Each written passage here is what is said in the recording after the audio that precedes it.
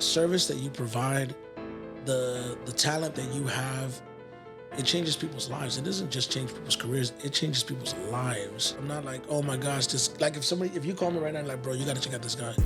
He's on a tear. He's killing it right now. I'm like, okay, how long has he been doing it? That's usually my first question.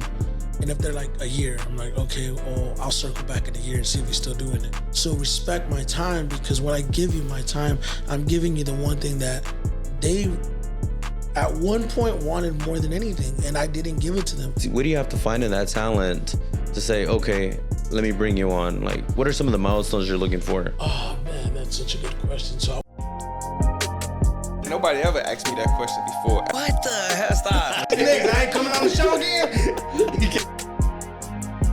I come in here, it looks professional.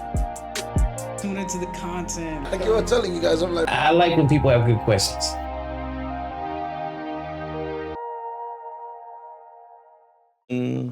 What's going on, everybody? Another episode of Direct Discussions Podcast here today. Very special guest. Today, this journey comes full circle. Before I pass you to David, let's see if you can figure out who it is. Alrighty, podcast host with 34,000 subscribers on YouTube, music promoter, branding expert, social media strategist, manager to Louie TheSinger, Xbvalentine, Angel Cintron, Krystall Poppin, and the legendary Frankie J. David, got a clue for them? Welcome back, everybody, to another episode of Direct Discussions. I do have a clue. There's our boy Smoothvega in the house today. How you guys doing? Full circle moment. This is what we've been working for, and you have no idea we've been working for this for a while. yeah, I don't know why, man. This, like I was telling you guys, I'm like, man, you know, like you guys have been tagging me, you guys have been messaging me, and you know, here we are. But I'm glad to be here. But real quick, before we get started, we do want to do something for you real quick. Hold on, let me go get I it. think we took a page out of your book with this one. Yeah. Oh, yeah. What's going on? These, they're directional right in the center. But, all right, real quick.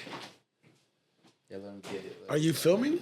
Yeah. It's recorded. We had to do this. All right. Smoothvega, today you are getting your flowers. Oh man, look at this. You are getting your flowers today, Look at this. It's been a Smoothvega. while since I've Let's got go. flowers. Thank you guys. Thank you guys. I appreciate that, Hey, we man. still got time to blossom out. I appreciate it, man. You know, I think this past week, it was a little bit, I want to say it was a little challenging professionally the past week. So, you know, you guys coming and giving me my flowers today makes the week just a little bit better now. So I appreciate you guys. Hey man, you know, like I said, we took a page out your book and we were like, all right, let me figure out what we can do to cheer this, you know, make this guy's day a little better. And I had this idea for the longest, bro. I'm like, no, because originally we were gonna shoot a little video, and then we were just gonna do it to you because we noticed you started hitting up all these artists with their flowers, and we're like, nah, somebody got to give Smooth his props. I mean, dang, bro. You know, real quick, the biggest thing about what you're doing is that other people in your position don't get that recognition that they deserve for the work that they're putting in behind the scenes. And I think that's one of the biggest takeaways just from wanting to bring you on, because, I mean, let's be honest, man. Everybody knows what you do, but at the same time... Do they? Exactly. They don't really see what you do. Do they? Do they? They just see the results. They don't see all the work you're putting in behind closed doors. And all the sacrifices that go into it, and a lot of the commitment that goes into it. I think people don't realize that. I shared this, me and a compass were actually talking about this the other day, and it's like, you give the industry and you give the people you work with and you give the public the best of you, and then you give your family the rest of you. Mm-hmm. So it's like, from that perspective, That's so true, man. I mean, you lose a lot of time because you give everybody else all of you, and then you give your family the rest of you, and then that takes a toll because you look up one day and your daughter's 14, your son's 13, your youngest is 10, and you're like, damn, where did time go? And you can't even identify certain things about what they like or their interest, and there's a little bit of a disconnect because you spend so much time dedicating yourself to a field that, you know, like I said the other day, it doesn't love you back. It doesn't hug you back. God forbid something happens to me today. They'll find another promoter. They'll find another manager, but my family ain't gonna find another father. You know what I'm saying? So it's a very testing time in the sense of like whenever I realize that you start making that shift. But even to your point, you know, like the social media persona that I've kind of created, it is an extension of me, but that's not really me. People only see this. You feel what I'm saying? Yeah. I'm a whole nother person, and people don't even realize it, bro. You know what I'm saying? So that's just what it is. Like I'm okay with people disliking this version of me and disliking this the social media guy, because it's almost like it's a character that's been developed. But then on the other end, let me tell you something, guys. I do feel like I'm more of the modern day new age executive, right? Where, you know, the managers and the executives before me, they didn't have social media. So because they didn't have social media, they didn't leverage social media the way that I'm leveraging social media in my time. So that could be a little bit like disruptive, a little bit like you're rattling the cage, a little bit of like, man, this guy's a clout monster. He's a clout chaser. He loves attention and he wants to be the star. And in all honesty, I do want to have a personal brand for various reasons. Because if, God forbid, one of my artists decides one day that they want to stop performing or they don't want to do this anymore, you know, I've established an online portfolio that will always lead to work. And I mean, right now, I think my mindset is more in making it less about me and more about them. But I feel that it's important to broadcast what I do because I take pride in my work as well. No, most definitely. I think I love seeing all the behind the scenes stuff that KV just reposts and everything like that. 'Cause that's the good stuff. That's where we can see the more genuine you, the more genuine everybody else that's around you and your team. You know, at KV, it's interesting. Me and KV, you guys mentioned you've known him for a long time, but I reached out to work with him several years back, and we ended up just now really working with each other over the last year through Louie TheSinger. But me and KV had been in contact way before that, and he actually told me that he used to listen to my music back then. That's crazy. But I mean, I had a conversation with him on the way over here. I'm like, dude, you have $1 million skill set. The service that you provide, the talent that you have, it changes people's lives. It doesn't just change people's careers. It changes people's lives. And to see the impact that he's had through the work that he's created for these artists, it's really invaluable, man. Like, you can't put a price tag on it. So I want him to position himself to where he gets what he's ultimately worth, because he does have $1 million skill set. I believe Chico has $1 million skill set. I believe I have $1 million skill set. And I believe the talent that I work with have $1 million skill set. And I think a lot of people do. But I think now, as I'm getting older, maybe that's my purpose. Maybe my purpose is to, be the one to, bring it out of them and remind them of their importance and show them how to get to that point. No, I mean, that's very true. But let's go ahead and touch back when you had that first realization where you're like, okay, maybe me being a rapper isn't what I'm supposed to do. Maybe it's me managing talent. Was that because back in, what was it, 2011 with Snow the Product, or how did that come about? No, I don't think I've ever really made that. That wasn't a conversation I never had with myself. Somebody asked me one time, like, how did that look and how did that feel? And I'm like, bro, to be honest with you, it's never crossed my mind. As far as I'm concerned, I'm always going to create music. I recorded a song last year and I released a song last year. Nobody even knows it, but I do it for me. Yeah.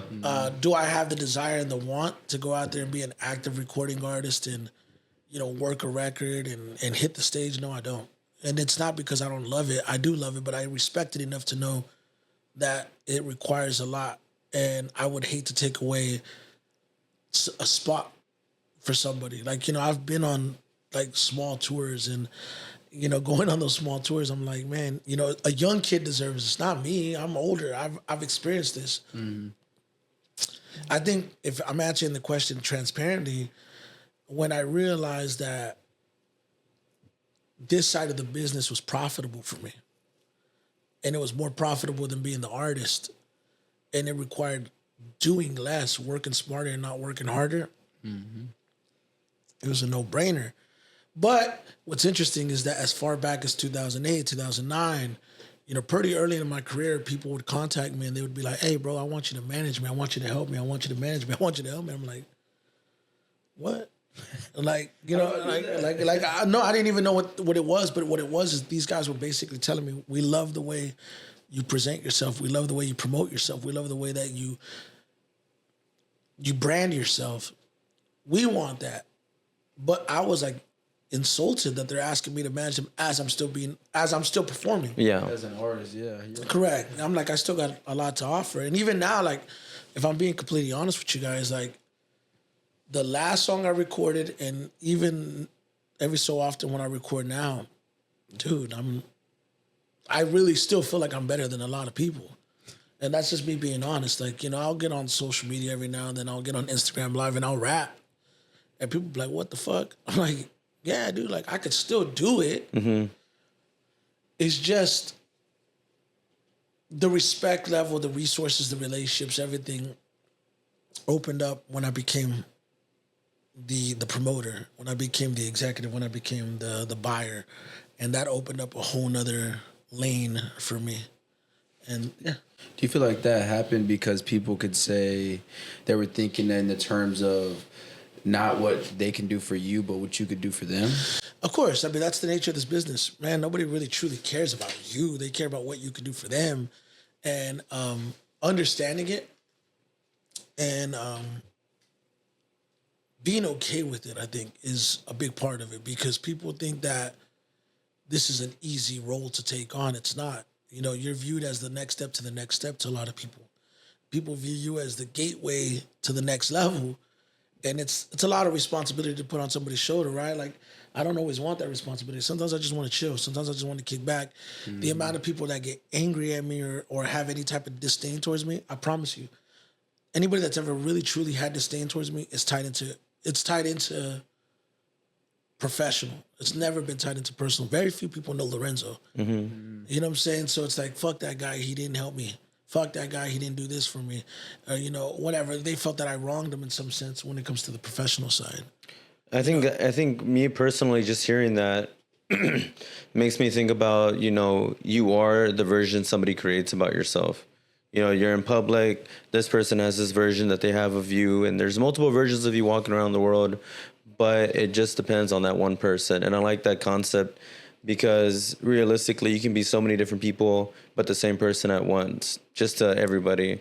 But also, too, it's like what you mentioned before, where, you know, nothing beats experience. And if they're not out here trying to get that experience, then at what point do these people have the audacity to say, man, F that guy, if they're not out here putting in the groundwork for themselves? Well, I mean, listen, I think there has to be a point where you just learn.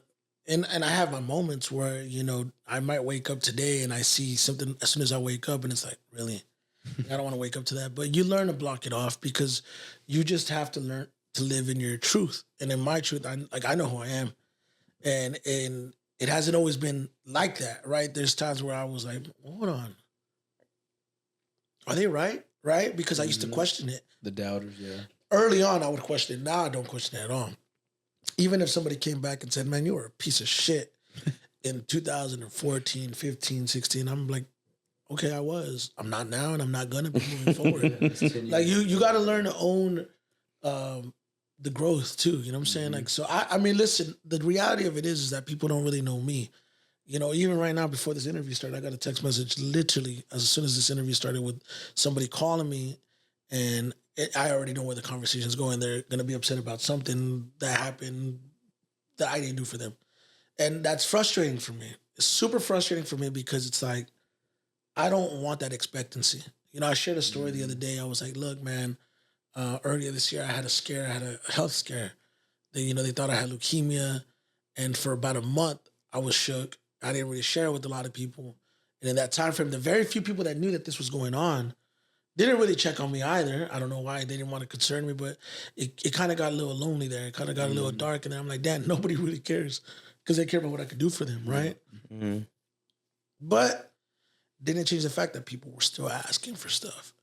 And then I don't have the grace that everybody has, in my opinion, to like shut down or shut off, because it's like, we don't care what you're going through. When are you gonna do this for me? Yeah, you're just Yeah, like what the fuck? Like, you know what I'm saying? Like at the end of the day, I'm still human. Like, yeah, correct. But you know, heavy is the head that wears the crown, and I do believe that. You know, I got a tattoo on my shoulder several years back, the Spider-Man quote: "With more power comes great responsibilities." Right? Or more, you know, whatever.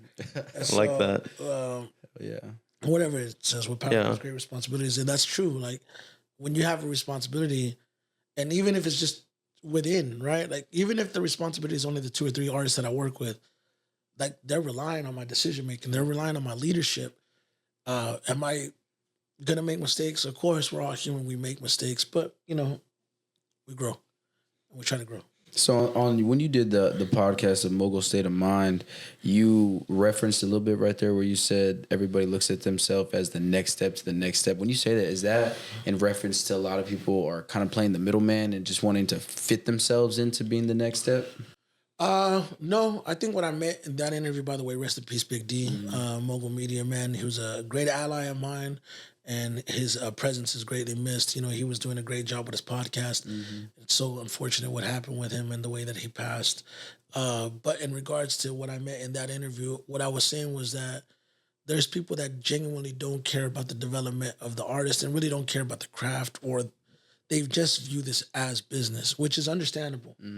Right? I get that people view this as a business, but when you're invested into this and you love this and you care about it and you really care about seeing people's growth, it's not just about the money. The money's a byproduct of it, you know? There was a lot of people, I think, and in that interview I was referencing people that just sell services. Yeah. And in a lot of ways, the services that they sell is a dream. They're selling this dream like, I could help you, I could make you blow up, I could do this, I could do that. Knowing that they're not going to do it, knowing that they're taking on talent that probably is far from the mark, and that they're just trying to squeeze dollars out of them and trying to, trying to exploit them in a sense, man.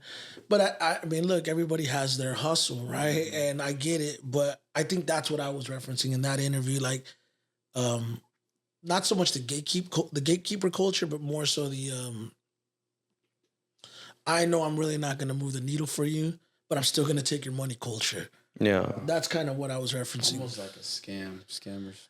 I don't want to use that term because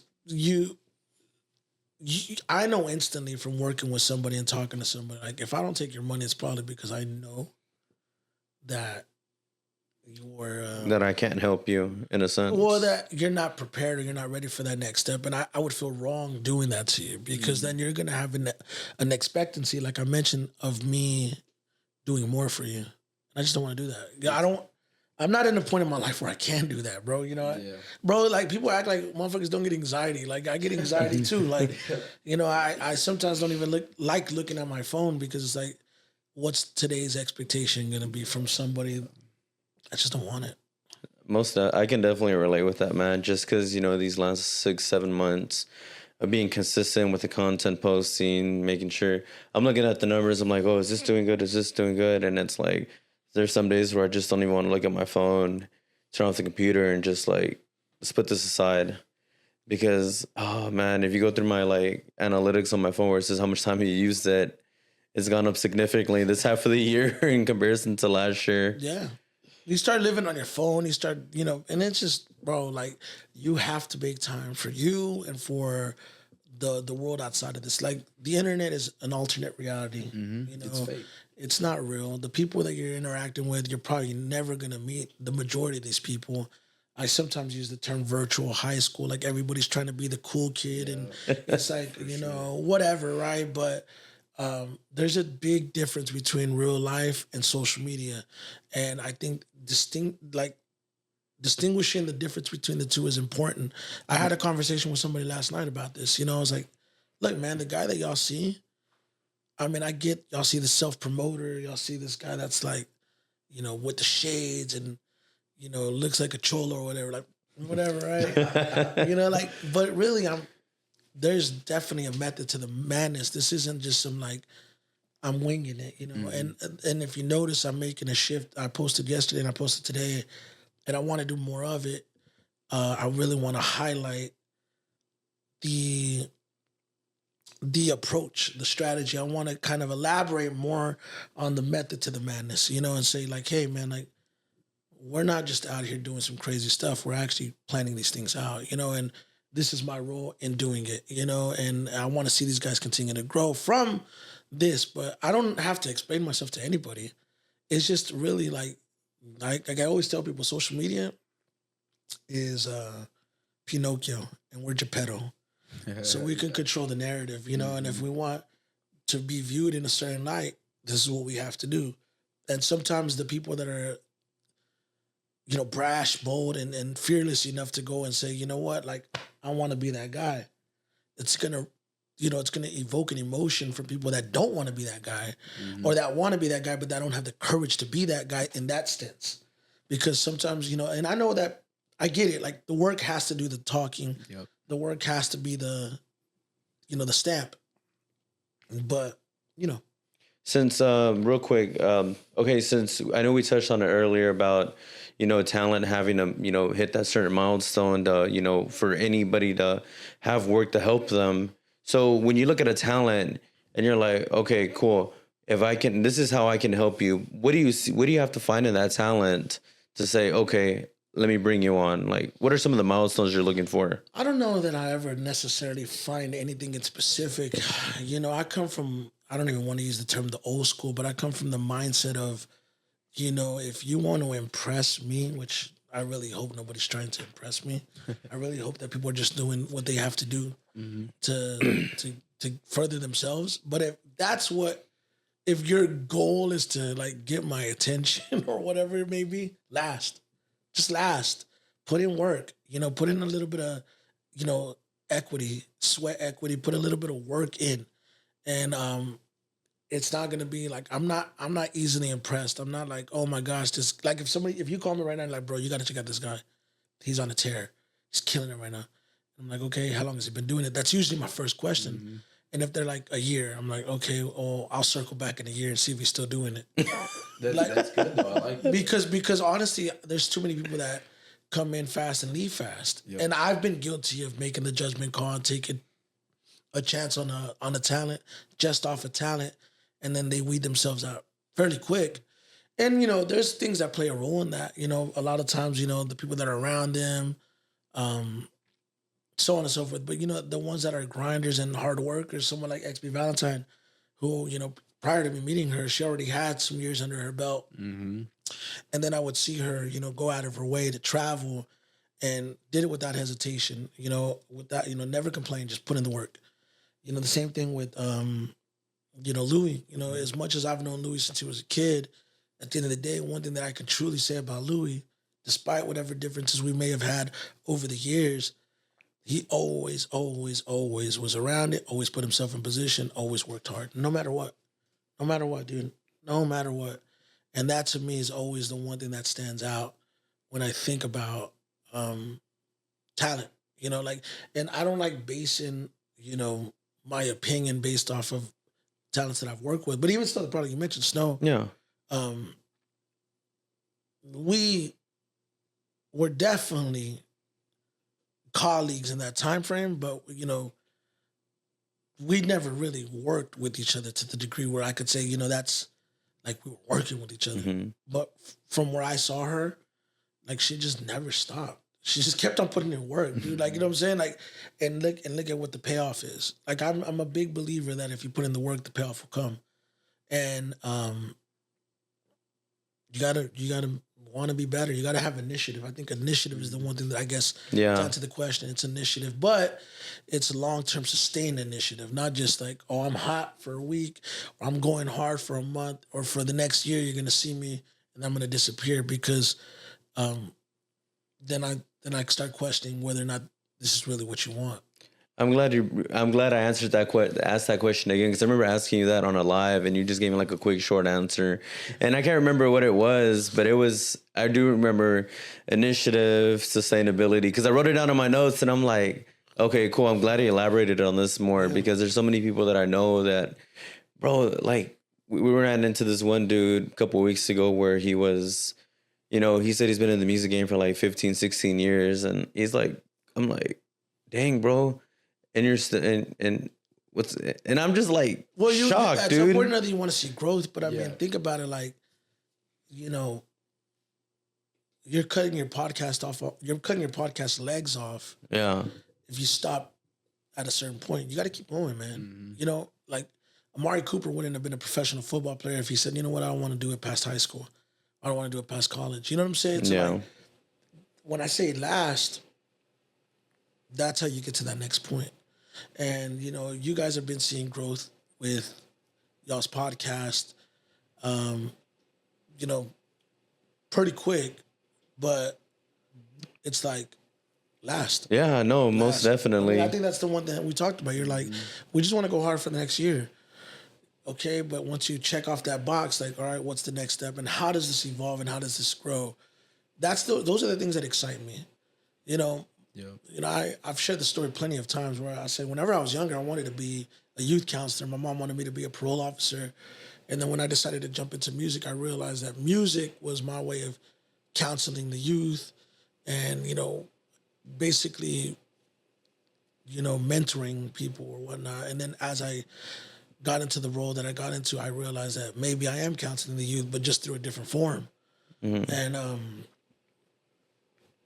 you know, bringing the best out of people does mean a lot to me. But it's always been that I think there's so much power in knowing that you're the difference maker between them being here to you, them being there. But some people need to be directed. Some people need to be taught. Some people need to have that compass, that GPS, like, here, this is the direction. Otherwise, you're just a car going super fast that's going to run out of gas. Yeah. With no direction. With no destination. Yeah, so I wanted to touch on, you said that how you wanted to be like better for the youth, more for the youth and everything like that. So how did it make you feel whenever, you know, Louie's family was knocking at your door telling you that, you know, you're the last best positive influence to him and everything like that? Was that like hand in hand for like what you were saying? At the time, I didn't want that. You know, at the time I'm young, man. You know what I'm saying? It's a lot. Again, when I tell you it's a lot, you know, and I remember my mom, whenever I was younger, my mom passed away in 2009, right? So my mom gave so much of herself to everybody else, so much so that when I really think back on, you know, her life, I realized like I didn't really have a lot of memories with her towards the end of her life because she gave everybody else her time. But my mom made other people better, you know, even at her own expense, you know. And so I look at it like, I used to say, I don't want that because I didn't always feel she was appreciated. Because when you're like that, you are selfless. Yeah. And at that time, I was selfish. And I still have that selfish gene within me because there has to be a little bit of that when you're pursuing any career. Like it has to make you feel good. Otherwise, how can you do it? So I didn't necessarily want that level of responsibility. Yeah, so soon. Well, not at that age, for sure, no. Looking back now, it was a telling thing of what was to come. And, you know, and I have a connection with Louie. You know what I'm saying? I don't ever want to share Louie's business and what he's gone through. I mean, he's documented it. But, you know, he's had a lot of things that have happened over the course of his life, a lot of traumas that he's dealt with.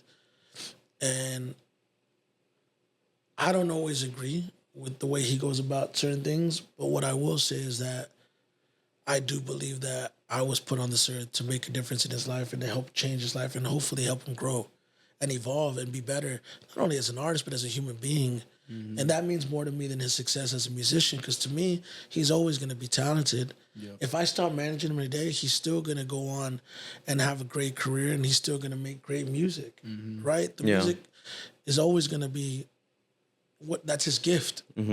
What I care about is him being a better man, him becoming a better father, him finding happiness, and him feeling like, you know what, like I grew, you know, kind of to the point that I made a little while ago, which is, you're right, I was a piece of shit, but I'm not anymore. And I'm a testimony to the fact that you can grow and you can get better. And we need that, man, especially in our culture. We need people that could show us that you can grow. It's like a real life redemption story. You know what I'm saying? So Yeah, I feel like pride a lot of the time gets in the way of people's growth and wanting to express their growth and where they came from, how they were trying to come from certain situations. Can you just give me a little bit of a glimpse on the inside of what you do day to day to try to give yourself that mental break that you need sometimes? Man, I don't know that I do take a break, and I think that's the problem. You know, I think what's helped me is going on live every now and then, just talking to the audience that does follow me, even if it's 20, 30 people. Making phone calls, calling talent, just letting them know, like, hey, good job, keep it going. Sometimes I'll randomly call somebody and just be like, hey, I want to check on you. Just want to let you know you're doing a good job. That shit goes a long way, man. Yeah. You know, because I don't always get that pat on the back. You know, me of all people, like the flowers is such a great gesture, right? But I don't get this often. You know, people assume because they see me moving and grooving that, you know, I'm always like, I'm doing it, I'm great. No, I need to hear it as well. Like we all do. For sure. You know, and when you're in a business that you're giving yourself everything to everybody, it drains you. So when you're drained, how do you get your energy replenishment? In my case, I want to run to my family. I want to go to my family, but sometimes my family has their own things going on. And sometimes they can't give me their energy because they have their thing going on. And how selfish is it of me to ask for them to give me that when for so many years I wasn't giving them that? You know what I'm saying? Yeah. So like that, I have to earn that. You know, I have to get that, you know, work towards getting that back if I do get it back. But like, it's one of those things as an entrepreneur when you're trying to break through, you start understanding that the peace, to me at least, comes whenever I'm alone and I just get a chance to rest and I'm not anything. I'm just alone and asleep. And I think that's for me. I don't know. I mean, I don't really know how to answer that question, you know what I mean? Because I don't feel like I give myself that grace sometimes, you know? And it's hard because, you know, we're so go-getters. We always want to make stuff happen. I know for sure. Yeah. I've always been that way. Right now, I'm not like that so much. Like right now, I'm kind of like, Just kind of like on second or like I third have gear. nothing to prove to anybody anymore, Yeah. dude. Like I've proven everybody wrong my whole life. You know, nobody thought I was gonna get past a certain point. Nobody thought I'd get here. So I've already proven that, and more importantly, I proved it to myself. And my family has reaped the benefits of it. You know, I've made money. I've, you know, created a life for my family that I didn't have growing up. So at that point, like, what are we working for? What do I want? More recognition? How much more recognition can I get? More recognition. Like, you know what I'm saying? No, like think about it. Like I've sold out practically every venue locally, with the exception of the arenas. Like, so what happens? I sell the arenas out, and then what? What's next? Like at some point or another, like that no longer makes me happy. Yeah. You know, or you know, I shared something on my story the other day. I go, you know, you want to know what my Grammy is? My Grammy is helping these guys out, helping them become better professionals and better human beings. My Grammy is seeing them win because their wins are my wins. Knowing that I played a part and seeing these guys move from here to here, that means a lot to me, right? Yeah. The awards are a byproduct of that. So if I go on to win an award, cool, like that's great. But my award comes in the form of seeing them elevate and evolve and knowing that I played a part in that.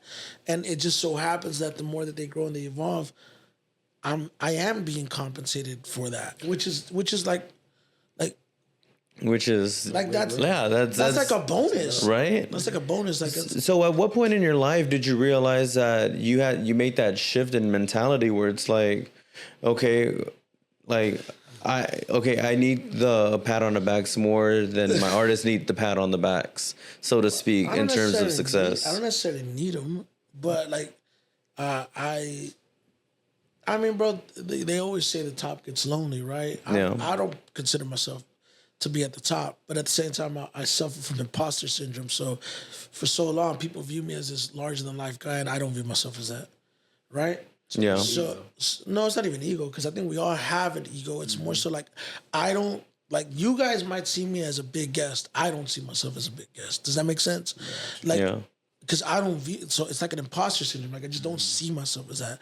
And when you don't feel that way, you're constantly having this chip on your shoulder that, you know, you got to remember, I came up doubted. Like nobody thought I was going to make it. So in my mind, I never had anybody's respect. So I worked hard to prove everybody wrong. So when I started getting respect, I almost felt like, oh, this is not I don't know what this feels like. Get away. I don't like it. I like feeling like I don't have that because it gives me fuel to prove my point, to go hard. And so that's kind of where I'm at. Like, I still have that mindset. Like, I still feel like nobody knows me, and you know, you can walk into a random Walmart and nobody knows who that is, and which is weird because it has changed. Like, the last few times I have gone to Walmart, you know, there's people stopping me for a photo, or you know, I have fake accounts on my Facebook. I got 25 accounts that I've blocked. Bro, I know. No, dude, it is so crazy because like they're like, oh, DM here for tickets, and I'm looking at it and I'm like, block. I'm blocking them too. If I go to my block list, bro, I'm blocking a bunch of Smoothvegas. And then that's a whole other thing. Like, I've caused problems with relationships. Like, I had a girl hit me up, tell me that her love interest / boyfriend, I'm not really sure what they were, but that he saw a message that on TikTok from a fake Smoothvega account, and it's like, man, I'm sorry, but you know, I have no control over that. Like, I have no control over that. Like, it is what it is, right? Like, and I try not to even make fun of it, because here's the thing: like, somebody might believe that's real. Yeah, I might be dismissive, like ha ha ha, and then I'm in public with my kids, and some guy comes up to me like, hey, dude, you know, you did this. Like, I don't want that energy, bro. You understand what I'm saying? So, like, I find peace in my own time now. And as far as, like, wanting that, it's not so much wanting it. It's, like, the more I realize, the more I gave, the more I realize, like, bro, there's a part of me that's empty, like, in that sense. You know what I mean? But for the most part, like, this is what occupies the mind. This is what helps me get through. But you do realize, like, when you start doing more, that perception of the top being lonely, you know, it does get lonely. It does get very lonely because you have no peer group who can relate. Mm-hmm. You know, I got some really good friends that I lean on sometimes just to have conversations, and credit to those people, they'll listen to me, but some of them really can't relate because I'm living a different life than they are. Like, my childhood best friend, right? Like, if I call him right now, like, he doesn't know shit about the business, which is easy to talk to him about because sometimes you just want to disconnect. I find myself now wanting to go back to, like, you know, some of my places, like some of, like, the places I grew up in, just to kind of like your grandma's house. Yeah, just chill, man. I don't want to, like, leave me the fuck alone. Yeah. Leave me the fuck alone. Maybe go visit Miss Raven Walker. But I also say this to say, like, for me, like, I don't ever want to make it seem like I can't handle the shit. Like, I could absolutely handle it. But as I'm getting older, I'm realizing there's just things that are more important than some of this. You know what I'm saying? Mm-hmm. So what do you think it clicked in your mind that you wanted to put your family more like on the priority side instead of put them in on the back? When I saw my family, you know, and I don't want to overshare, but just definitely, like, when I saw, you know, the state of my marriage, the state of my relationship, when I saw the years of negligence catch up, when I saw the fact that, like, you know, damn, you know, I've caused a lot of damage. I've hurt a lot of people, and my selfishness and my bad decision making over the years have caught up. And when you look up and you think that, you know, you're trying to be the rock star, live the rock star lifestyle or whatever you want to call it, right? And you see how much it's hurt people and how much you've missed out, even though you were there, you weren't present. Even though you may have heard the words, you weren't listening. You know what I'm saying? Yeah. And then you look up and you're like, it's almost like certain things are unrecognizable. And that's a pretty shitty feeling. And then you start going, okay, there's one or two things are gonna happen. Do something about it or don't do something about it. Do you want to live? Do you want to die? Do you want to do the right thing? Do you want to do the bad thing? And it requires work. And you're gonna make mistakes along the way, because especially when you're shifting and you're evolving and you're growing and you're trying to become better and you're taking accountability and you're finding the self-awareness, you start going, man, you gotta do the work. And you can't put no expectations on it. You just gotta let everything take its course and work on becoming best version of self. And so, you know, I think those are the things for me that led me to go, like, man, because you start resenting some of the things that you've done, you know, and that's part of regret.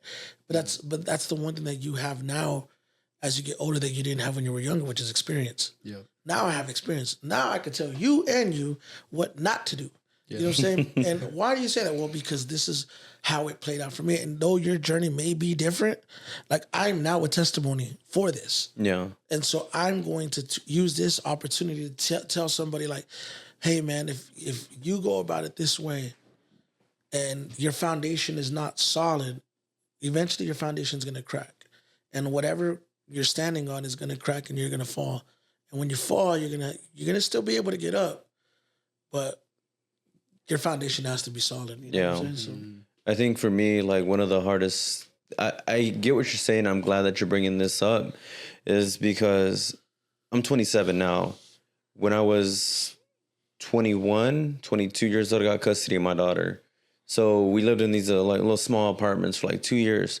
The worst part about it was having to carry her on my shoulder when she was 1 year old, 2 years old. I mean, we lived there for 2 years, but just in the middle of the night, getting home late from work, going in super early from work, you know, always having to worry.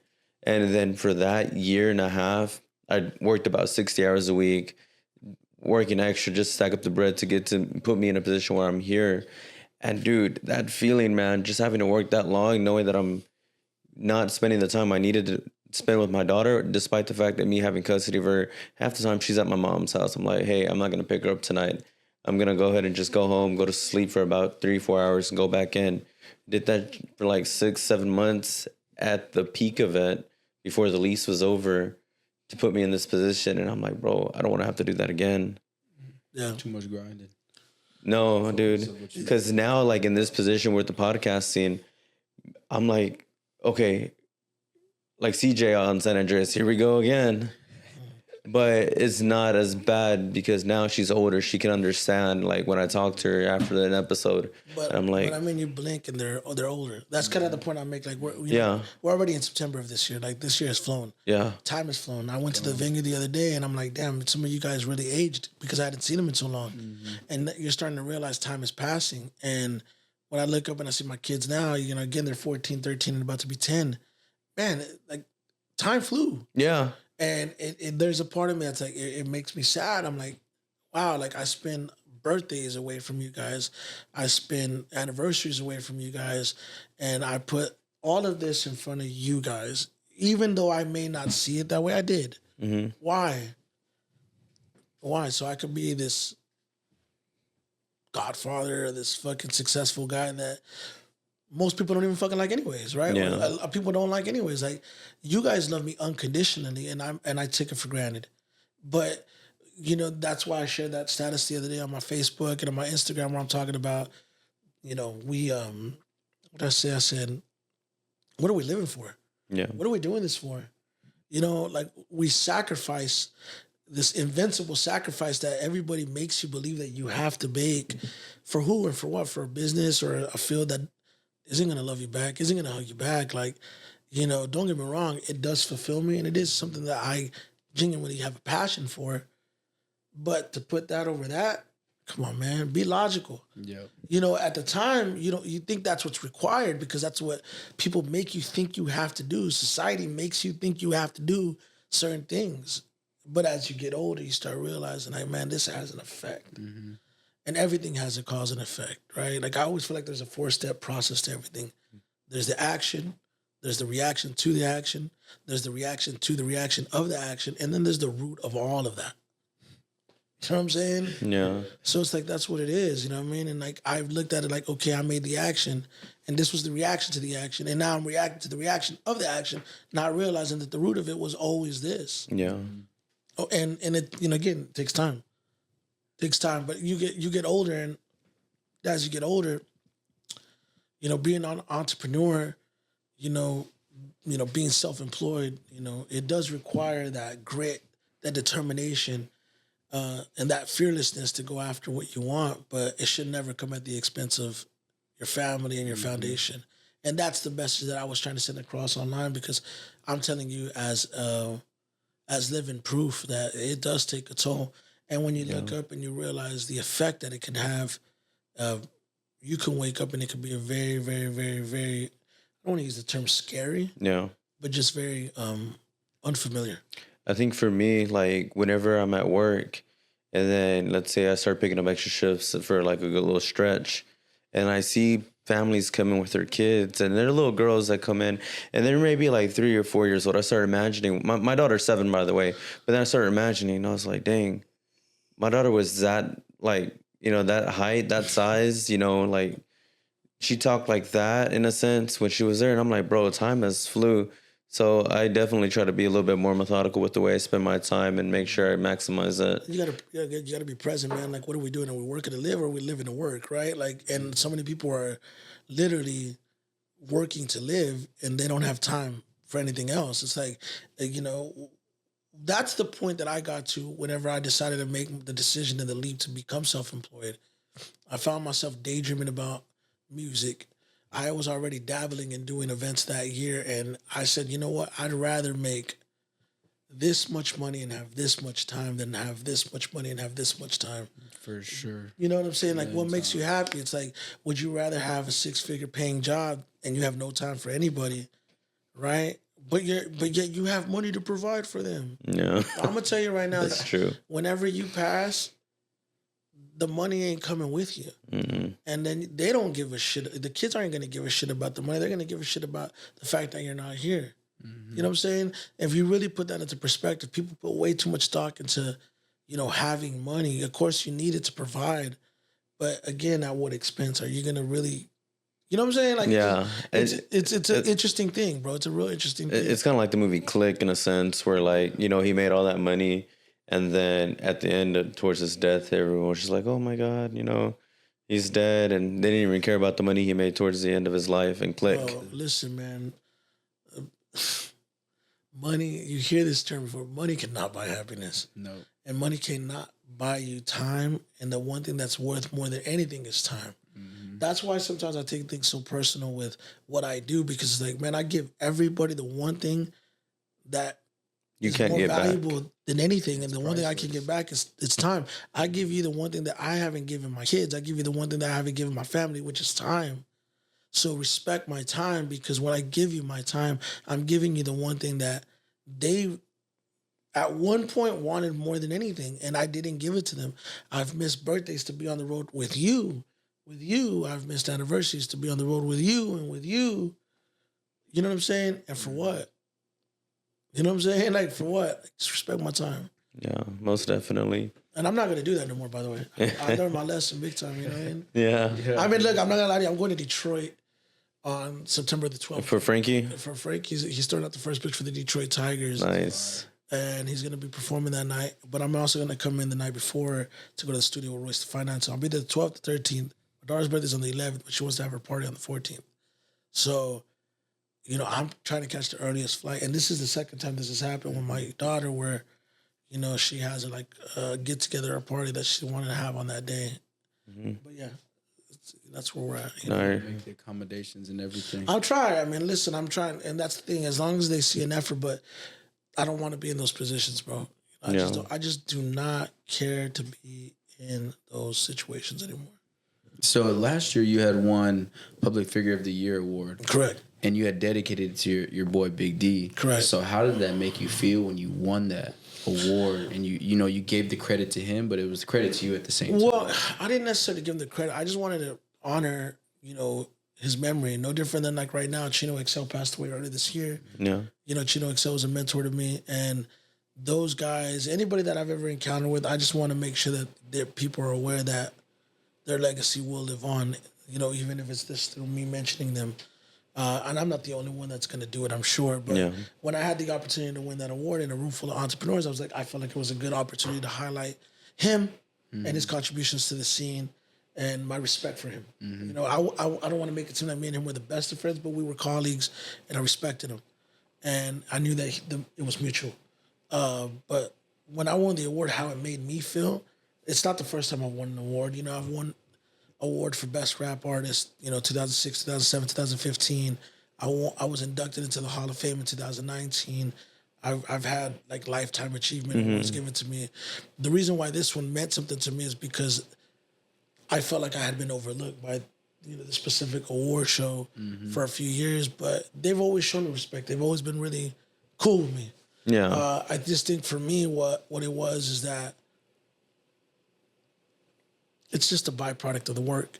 And so when I won, I always say this, like, I never think I'm going to win, but it made me feel good. It did make me feel good. I mean, I remember I went in the car, like, after I won the award, I went, took some photos on the red carpet, and then I went in the car, and then I was just like, to myself, not to myself, I was by myself, but in the car, I was screaming out loud, like, it's about fucking time. I didn't shed a tear. I was just like, it's about fucking time. Like, fuck that. And then I played the Jamie Foxx, Justin Timberlake, I'm a Winner song. Yeah. And I listened to it all the way home. And I was just like, like I was screaming. Like, it made me feel good.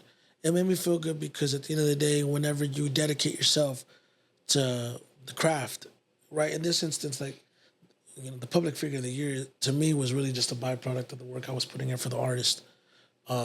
But when you put in that work and somebody rewards you and says, man, we see you and you're that guy, it makes me be like, fuck yeah. Like, but, you know, it didn't change anything. Like, it wasn't like, you know, I woke up to in the same bed, driving the same car. Like, I didn't make any more money. It was cool to kind of see the shift in respect from people. But for me, it was like, you know, it's dope. It was just dope. And it felt good. I mean, it did feel good. So that day, did you already, like, they invited you to the show, right? So did you already have an idea that you might win? I had no idea. Because there was, you know, other nominees. I felt that I had a chance of winning, but I don't know. Yeah. I mean, you never know. And then I show up, and then I'm the most underdressed guy there, in my opinion. Like, I'm just like, whatever. And do you remember what you were wearing that day? Yeah, I was wearing just some jeans and a black shirt and some boots, bro. Like, I wasn't, and I didn't really have anything fancy. That sounds like me. Well, I mean, I don't really dress up like that. But what I want, I was just like, bro, this is cool, man. This is cool to be able to be doing this for so long and still get recognized for my body of work. And at the same time, like, you know, I do realize that I've evolved over the past year and a half. Like, as much as I don't like to, you know, like I mentioned, imposter syndrome, as much as I don't like talking about it, like, I'm not naive to see that, you know, my perception and a lot of this has to do with Louis' success as well. Like, you know, I was already, like, you know, trending upward because of my podcast and some of the other work, but he just kind of accelerated it because, you know, he has so much going on and he's been absolutely, like, good about, like, letting people know, like, hey, as good as I am, it's because of this guy right here. And him giving me my credit and him giving me my flowers, right? Yeah. Has brought in a lot of eyeballs from his audience and his fans. So I get a lot of his fans. That's why sometimes when I'm on live, you'll see his fans trickling in, like, what about Louie? What about Louie? What about Louie? I'm like, yo, this isn't the Louie TheSinger chat, bro. But I mean, I guess I can call him on live. Yeah. No, I mean, we'll talk about it, but, you know, like, you know, there's a time and a place for that, you know, but it's also cool to have your own identity in all of this, right? Being able to win an award for Public Figure of the Year, like, that's a Lorenzo Centeno thing. That's not a Louie TheSinger thing. That's not a Frankie J thing. That's not an XP thing. That's me. And so it's cool. But yeah, I mean, it was definitely, like, I guess you could say validating up to a certain extent. Yeah. But at this point, like, it's like, do I really need the validation? Yeah, there's a part of me that feels that way, but I think for me, like, bringing it home, because I got a little medal. Yeah. And I have my awards up there. My kids don't ever really ask, and they don't really say nothing. But, like, there's a part of me that's kind of like, I just hope that one day they understand, like, that I was good at what I did. Yeah. You know, and I was recognized. You know what I mean? I was recognized as one of the best at what I do.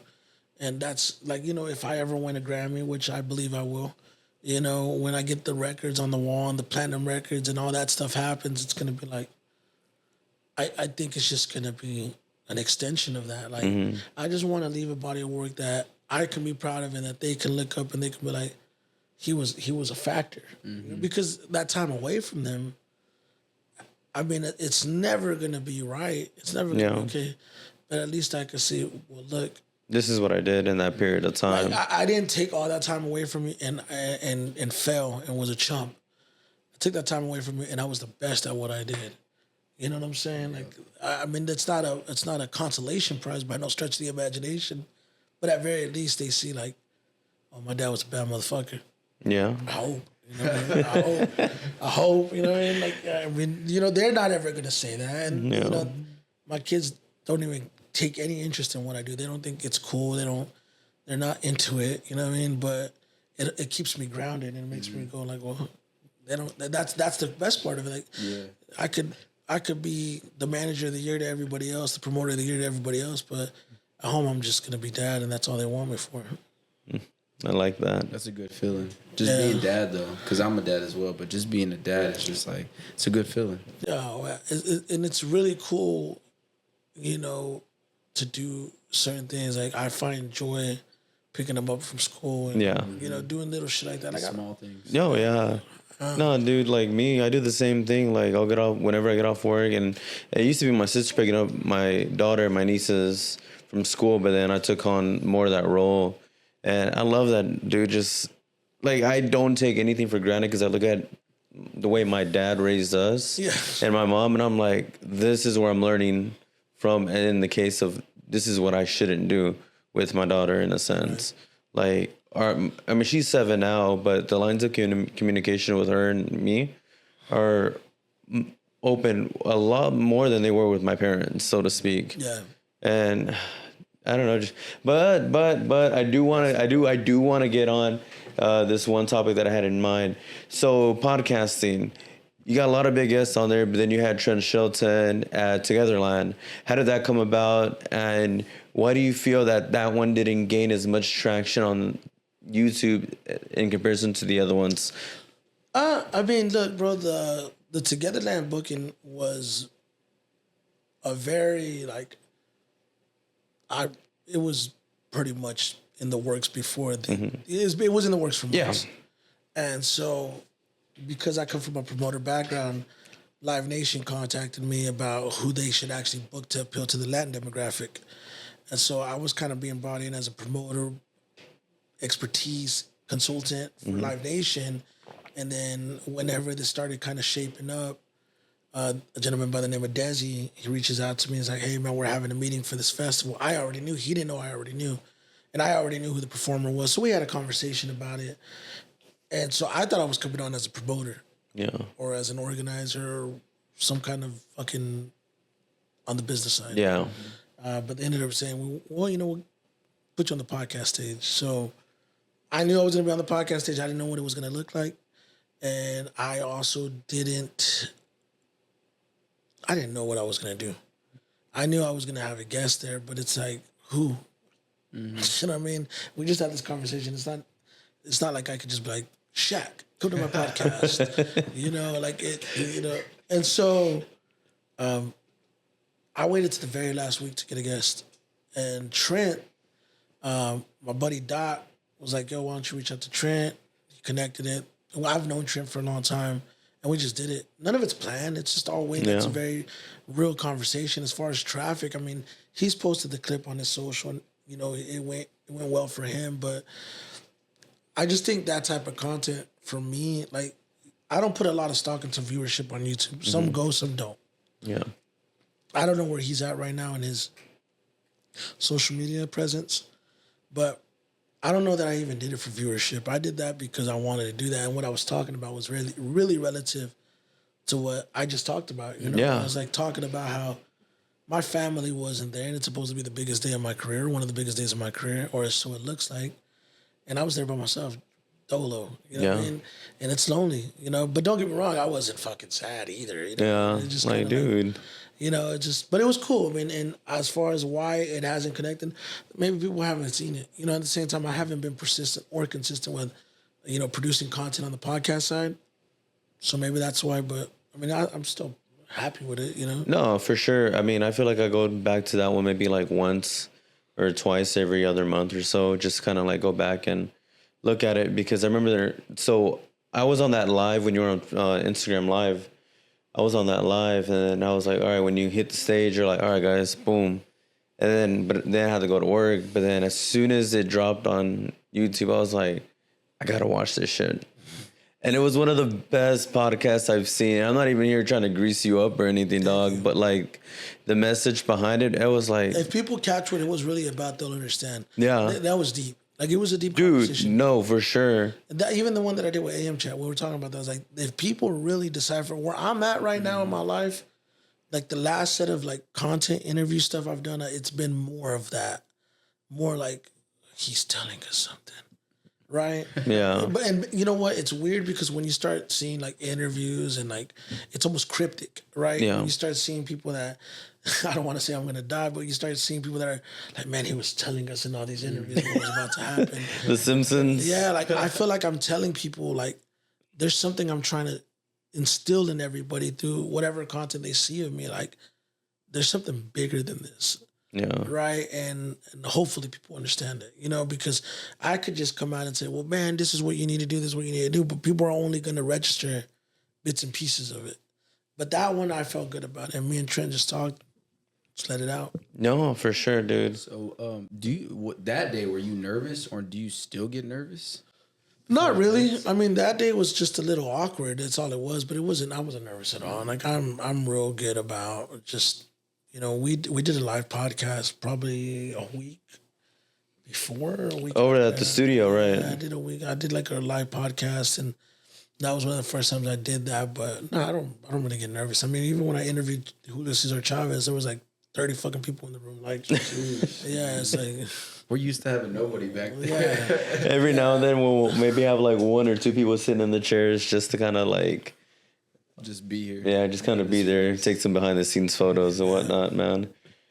All right, you got any questions, David? Yeah, I got one more question. In 2016, when you quit your job, what gave you the confidence within yourself to say, this is the move I need to make right now? Oh man, that's such a good question. So I was working at T-Mobile, realistically from 2012 to 2015, but I was in wireless for 5 years, and I moved my way up in the company, and there was some staffing changes within the company, like there is in many companies where, you know, my district manager, who understood my style and understood how to utilize me, he had, you know, left role, and then he got replaced by another guy, which the guy that replaced him was a little bit more analytics based, really good guy, really nice guy.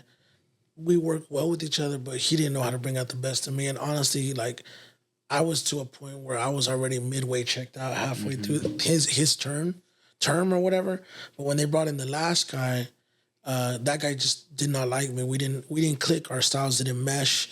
And so, you know, I think my loud personality, my, you know, social media presence, that kind of attention whore kind of, I mean, that's how they perceive it. Yeah. Right? That's how people perceive the social media persona. Didn't sit well with them. So I could feel the writing was on the wall pretty quick. But anyways, I was pretty unhappy midway through 2015. I started doing events, and I had sold out a show in September. And I remember it like yesterday. I sold out a show in September.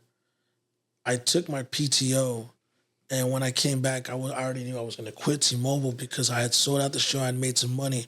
And it just so happens that as that was happening, they were planning to probably let me go. So I left the day that they were going to let you go, essentially. Yeah, but they didn't really have a reason, but whatever, it didn't matter. And so when I left, I kind of sat down for about a month, and I started applying for jobs. And I had, prior to the Chameleon show even happening, I had applied for a few other jobs. So I ended up taking a general manager position at Tidal Max, right? And at the time, their salary base was higher than what I was getting with T-Mobile. Yeah. And so I was like, well, I'm going to make more money. And I was there for about 2 weeks, dude, and I was miserable. Like, I mean, when I say miserable, I was like, bro, this is not what I want to do. This ain't it, man. This ain't it. But I was already checked out. I already told myself, when I get to 2016, I'm going self-employed, and what I was waiting for was my income tax. That was going to be like the catalyst. The catalyst and kind of the groundwork. And at this point, I'm already setting up tours and shows for the beginning of next year. And so I had already set up like 4 or 5 shows for February. So in my mind, I'm going to get my income tax in February, and I have these 4 or 5, maybe 6 shows that I'm about to do in the same month. My exit plan is clear as day. So let me just get to the end of the year and at least try to maintain getting steady income in. I quit that Tidal Max gig within 2 weeks, And luckily enough for me, they were able to pay me my salary for the month because, you know, the way that they were paying out was you get paid biweekly, and then once a month you get paid your overage, your salary overage, or whatever it is. And so they just paid me a large sum, and I was like, so that held me over.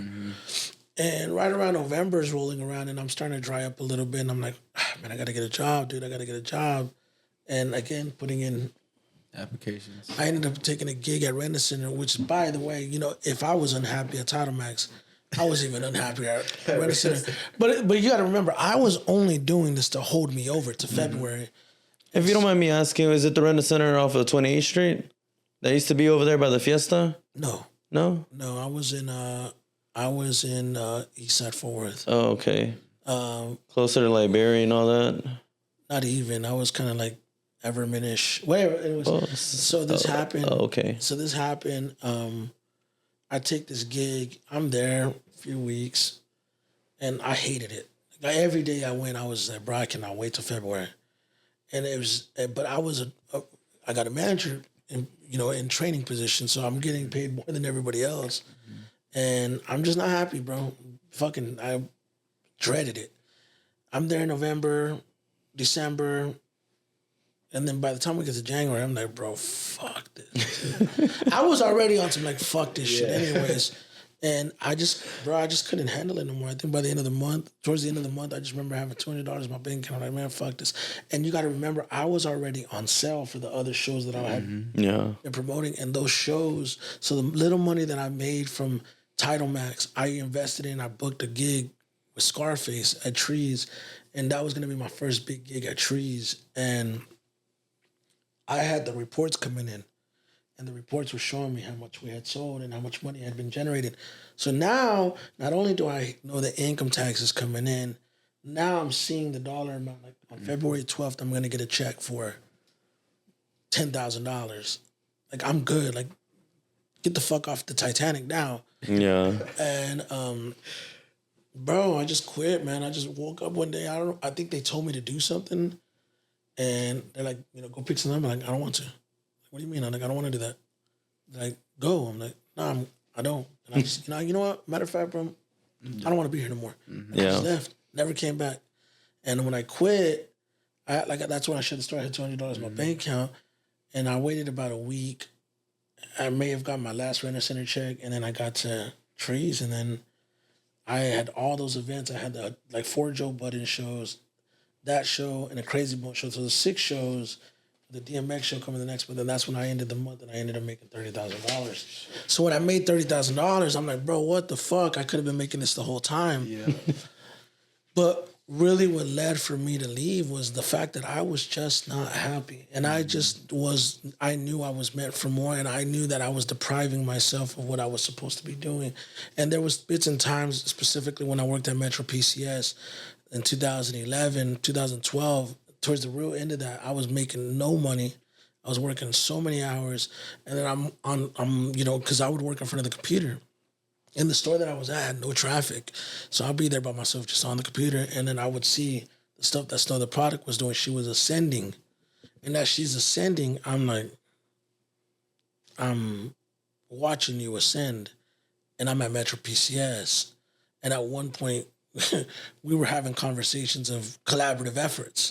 Yeah. So like it was, and it's not that I was jealous. It was like we were in the same room. You had a lot of respect for my skill set, and I'm working a fucking day job, getting paid not even minimum wage. Yeah. I was getting paid fucking peanuts. And I started getting a little bit of deja vu at T-Mobile. I'm seeing Leon Bridges ascend.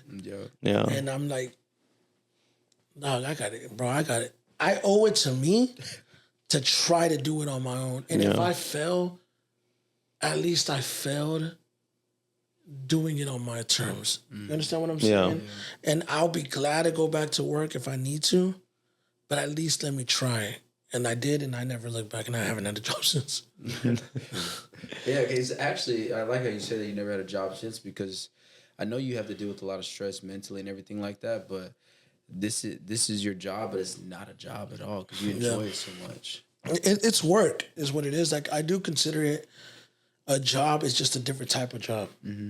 And there's a lot of commitments that go into it. But man, dude, like when I left that job, I think that might have been one of the best feelings ever. Yeah. Just like I felt like the shackles were off. When I left T-Mobile, I kind of felt that way. But believe it or not, I spent so much time investing into T-Mobile, and I actually liked that job. Like I actually liked it. I actually liked the people that worked there, and I took a lot that I learned from that, and I've applied it to my everyday now, how I operate. But the other 2 gigs, I was already burned out. I wasn't ready. It's like when you go from one relationship to another relationship. Yeah, you know. Just wasn't ready. And then I'm glad that I did it, because the title max thing, I knew instantly this isn't my thing. Like and then the rent center thing really wasn't my thing either. And I just realized that for me, I expect more of myself.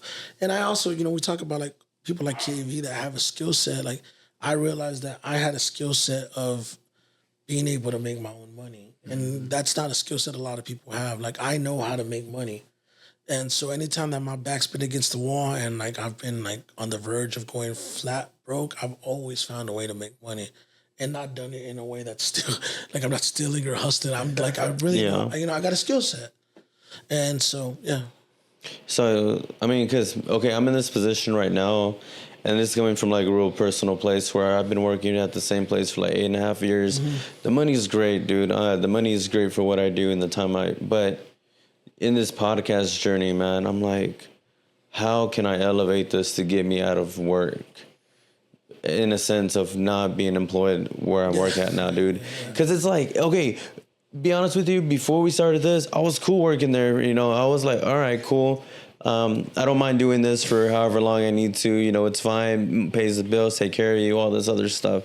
But then we get into this, and then we dive into this whole podcast, bringing on entrepreneurs left and right. And I'm like, shit, what the fuck am I going to do now? You know what it is that it's because you've reached that point that I reached, which was you start daydreaming about the stuff that you're actually passionate about. But I had, for me, I already had so many years of experience prior. I had such a head start. I had been doing events since 2007. Yeah. So like I had already had a track record of making money. So, and at times I used to look up and I'm like, man, I make so much more money in one night than I do in months of working. Right. But. And then you go back to work and then it's like, brings you back in. Yeah. I mean, look, I did a birthday bash this year. And again, I don't like to disclose what I make, and I don't like to brag about it. But I made in this specific night, and it's one night to work, and it's all my money. I made $25,000, right, in one night, right, in one night. Yeah. It would have took me half a year to make that at a corporate job. Yep. And not only that, at least at the time, because I was only making $50,000 on my salary at the time, plus commissions and bonuses, right? But like, let's just say on the high end, let's just say a set amount is 4 or 5 months, of me working 40, 50-hour work weeks, so like, yeah, you know what I mean? You start weighing the options. It's like working smarter versus working harder, and that's what people don't realize. Like, you really got to love what you do, but to get to the point where you're making money off of what you love or what you're passionate about is you got to learn how to make it a business. Yeah. And you got to study success stories. Like I've always studied success stories. I've always saw what people were doing and like how can I apply it to what I do so I can be a better businessman and a better business infrastructure. And again, I went through my fair share of ups and downs, right? But when you get to a point to where like, all right, people get sponsors. People monetize off YouTube. People monetize off TikTok. People monetize on Facebook. And then you start realizing that there's an accumulative thing that you can do. And it's like, all right, if I do this, this, this, and this, it can all, get me to where I want to be. And then ultimately you find peace in that. Like, man, I'd rather be here than here. You know what I'm saying? Every time.